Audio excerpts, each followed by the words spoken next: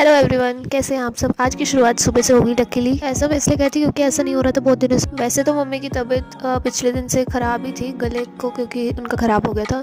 लेकिन जब मैं आज उठी सुबह तो मम्मी की ज़्यादा थोड़ी सी ख़राब हो गई थी और आवाज़ भी ज़्यादा नहीं आ पा रही थी, इसलिए उन्होंने जिंजर वाली जो टॉफ़ी होती है वो चूस रहे थे। और लेकिन उसमें भी मम्मी नहीं दिखाते कि उनकी तबीयत ख़राब नहीं है।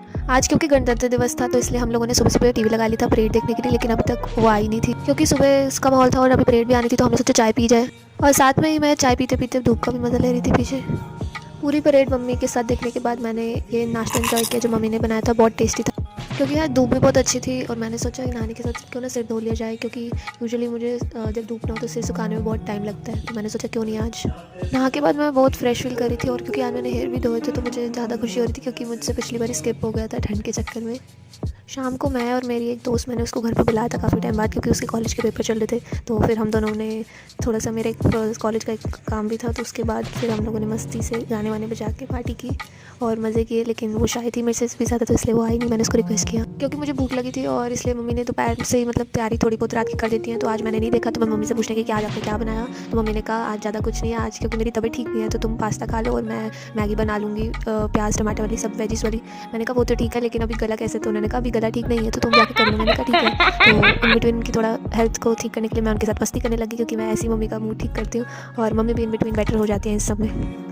मस्ती वगैरह करने के बाद मैं आगे किचन में पास्ता बनाने के लिए, और ये भी कोई हेल्दी पास्ता ही था, सूजी वाला। मैं मैदा वाला अवॉइड करती हूँ, इसलिए मैगी भी बहुत कम खाती हूँ। लेकिन आज मेरा फुल चीट डे था क्योंकि सुबह आलू पूरी, शाम को चिप्स और अभी। उसके बाद मैंने कढ़ाई में थोड़ा सा पानी डाला और उसके बाद मैं पास्ता डाल ही दी थी, तो उसके साथ साथ मैंने उसका मसाला भी उसमें डाल दिया था, क्योंकि मैंने नहीं देखा था जैसे मैगी के साथ एक मसाला मिलता है उसमें, ये इस पास्ते में ये भी था जो कि मैंने नहीं देखा और गलती से डाल दिया। लेकिन फिर मैंने निकालने के बाद सारा पास्ता उसमें डाल दिया और थोड़ा सा तेल भी डाला। आगे क्या हुआ तेल के साथ वो देखना, क्योंकि उसने मेरा ज़्यादा मैस कर दिया था और पास्ता भी।